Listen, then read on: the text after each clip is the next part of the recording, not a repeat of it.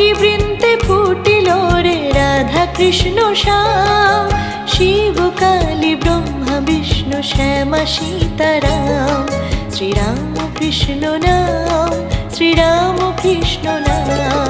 নারীর জন্মলগ্নে শঙ্খধ্বনি উলুধ্বনি হতো না, শোনা যেত নিরাশার বাণী, হায় হায় মেয়ে জন্ম নিল।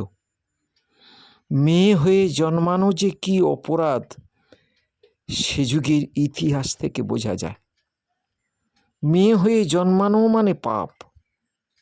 মেয়েদের লেখাপড়া শেখানো হতো না, মেয়েদের অন্নপ্রাশন হতো না, শ্বশুর বাড়িতে গিয়ে নারীরা অত্যাচারিত হতো, লাঞ্ছিত হতো।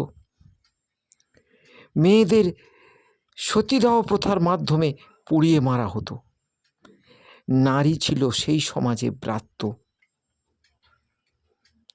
একমাত্র শ্রীরামকৃষ্ণ পরমহংসদেব নারীকে দেবীর আসনে প্রতিষ্ঠা করলেন।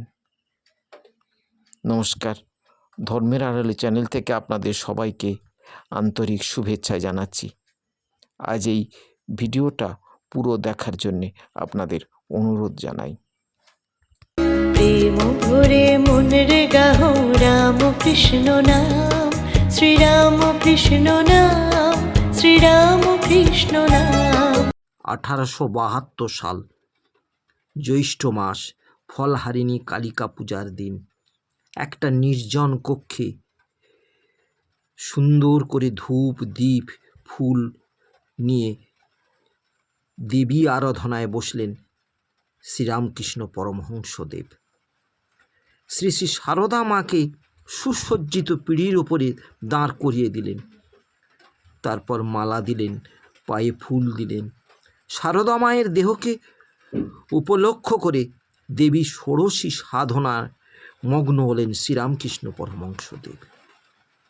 সে সময়টা ছিল নারী অত্যাচারের যুগ। নারীকে অত্যাচার করা হতো, লাঞ্ছিত করা হতো, নিপীড়িত করা হতো। তাই আমাদের ভারত ছিল পিছিয়ে। যেটা পেরেছিল বিলেত, আমেরিকা, নারীকে সম্মান দিয়ে তারা এগিয়ে যাচ্ছিল। শ্রীরামকৃষ্ণ পরমহংসদেব মানুষের কাছে মেসেজ দিলেন এই ষোড়শী পূজার মধ্যে। শ্রী শ্রী সারদা মাকে আরাধনার মাধ্যমে মানুষের কাছে খবর পৌঁছে দিলেন যে নারীকে লাঞ্ছিতা করে, অত্যাচারিত করে, নারীকে অপমান করে জগৎ সভায় কোনোদিন তোমরা শ্রেষ্ঠ আসন পাবে না। সভ্যতাকে এগিয়ে নিয়ে যেতে গেলে, সভ্যতাকে বাঁচিয়ে রাখতে গেলে, জগতে সম্মান পেতে গেলে পুরুষের সমান অধিকার দিতে হবে নারীকেও।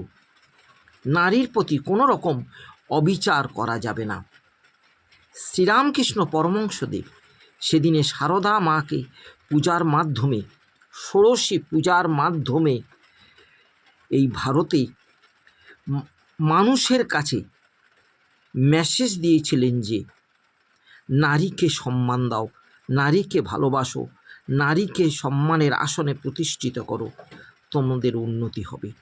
জয় শ্রীরামকৃষ্ণ, জয় সারদা মা। প্রেম ভরে মন রে গাহো রাম কৃষ্ণ নাম, শ্রীরাম কৃষ্ণ নাম, শ্রীরাম কৃষ্ণ নাম।